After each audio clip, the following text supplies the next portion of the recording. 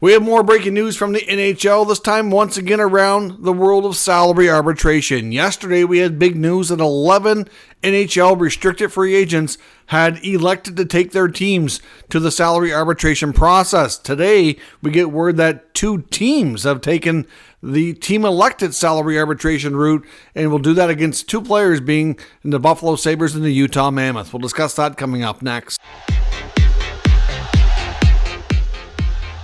Welcome back to another video here at Top Shelf Hockey. As I mentioned, we got confirmation here just in the last little bit from NHL insider Elliotte Friedman that the deadline is now passed for team-elected salary arbitration, and we actually have a couple of cases where teams have elected to do this.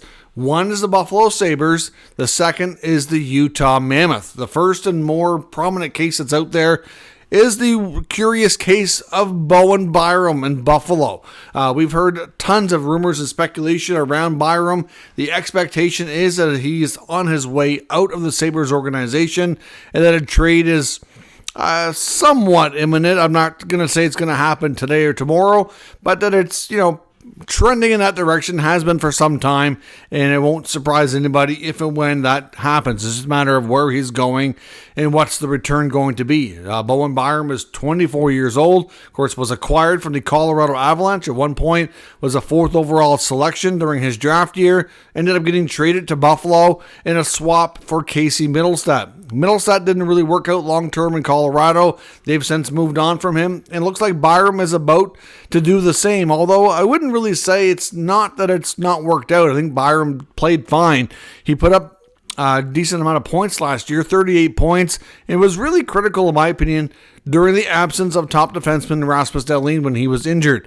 Of course, Byram earned $3.85 million on his most current contract, which is now expired. His qualifying offer that was due to retain his rights was $4.6 million.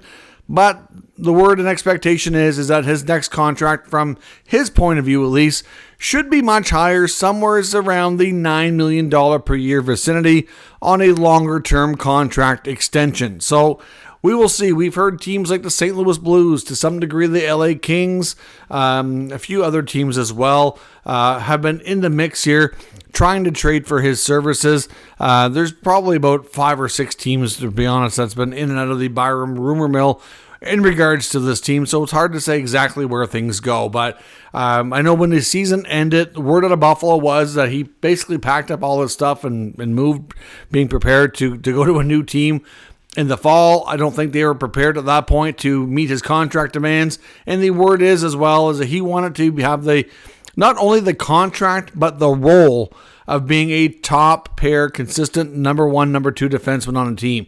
And of course, with the Sabres, they do have some good defenders playing that they've drafted, developed first overall, like Dahlin and Power. And I just don't know that they're going to want to have another guy like Byram make anywhere near what Dahlin's making, or and play a similar role. Unless there's no chance that they're going to move Dahlin unless he requested, and at this point that has not happened. So Byram's future in Buffalo, always a little bit skeptical, to be honest, but you know what? He's a good young defender, and we'll see where it goes. Now, this will do a couple of things. One, it's going to put that arbitration hearing probably sometime into the month of August. Of course, just like the 11 players that filed yesterday, those hearings will start most likely later this month in July, probably towards the end of the month and throughout the month of August. So it gives teams lots of time. So like I said yesterday, for the players who player-elected salary arbitration, a lot of those cases are not going to make it to the actual arbitration hearing. And in these cases, I hope for their sake it doesn't either. As I mentioned before, things can get nasty in arbitration.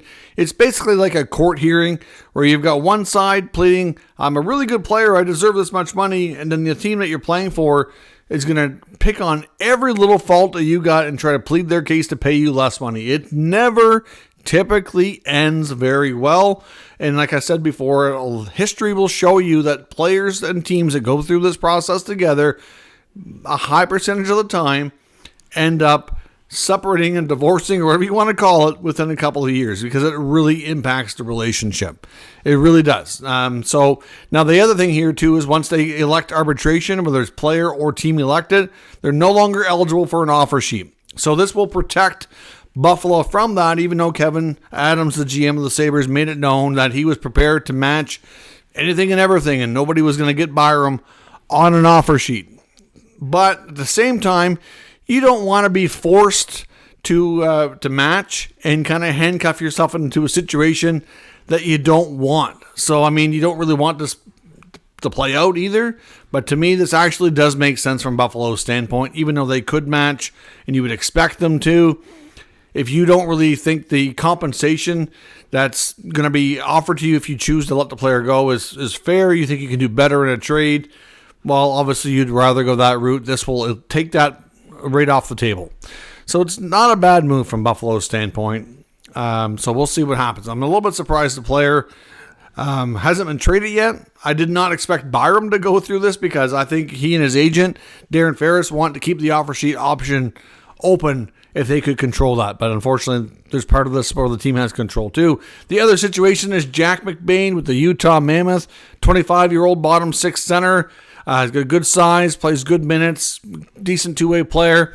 Put up 27 points last year, made $1.59 million. His qualifying offer was just a smidge more, 1.6. This one's a little bit surprising too, to be honest, that it's gone this far. But in this case, Utah is protecting themselves as well, because there was some whispers that McBain might be like a sneaky good kind of lower profile player that, you know, might be a good offer sheet candidate. Not to say that Utah wouldn't match, but, you know, you put them in a predicament where they're forced to really make a hard decision, and you hope that you get the player. Usually you got to overpay on a short-term contract, and, well, that's not going to happen anymore on an offer sheet for this guy. So you don't have to worry about that. Utah will likely get this situation settled, I would think, long before it reaches that. McBain, I don't think at this point the expectation isn't that we're going to see a trade or anything. I do think that there's a better chance they agree on a contract and settle this outside of the hearing. But they have the opportunity to continue to negotiate until the hearing starts. And at this point, the hearings aren't even scheduled.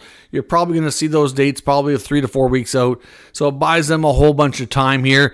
And in Byram's case, like I said, I fully expect a trade to be materialized and done with, and him sign a contract with his new team before that ever happens. So we will end up seeing what happens and how this plays out. There's still a number of RFAs out there that are eligible for offer sheets. Not all of them are arbitration eligible either, so some are not able to go through this process, and some haven't filed. So there's still a possibility of an offer sheet, but as time goes on and we've gone through both of these deadlines, it does shrink the pool of players that are even eligible to get one. So we'll have to wait and see where things go. Let me know your thoughts on Byram and McCain. How does this play out? Will these players go through this process, or will it be resolved much sooner on their own accord? Let me know your thoughts in the comments. We'll discuss further. If you're new to the channel, make sure you subscribe and stick around. We'll keep you up to date with all the news, rumors, and analysis of all 32 NHL teams. Thanks for watching. I'll catch you next time.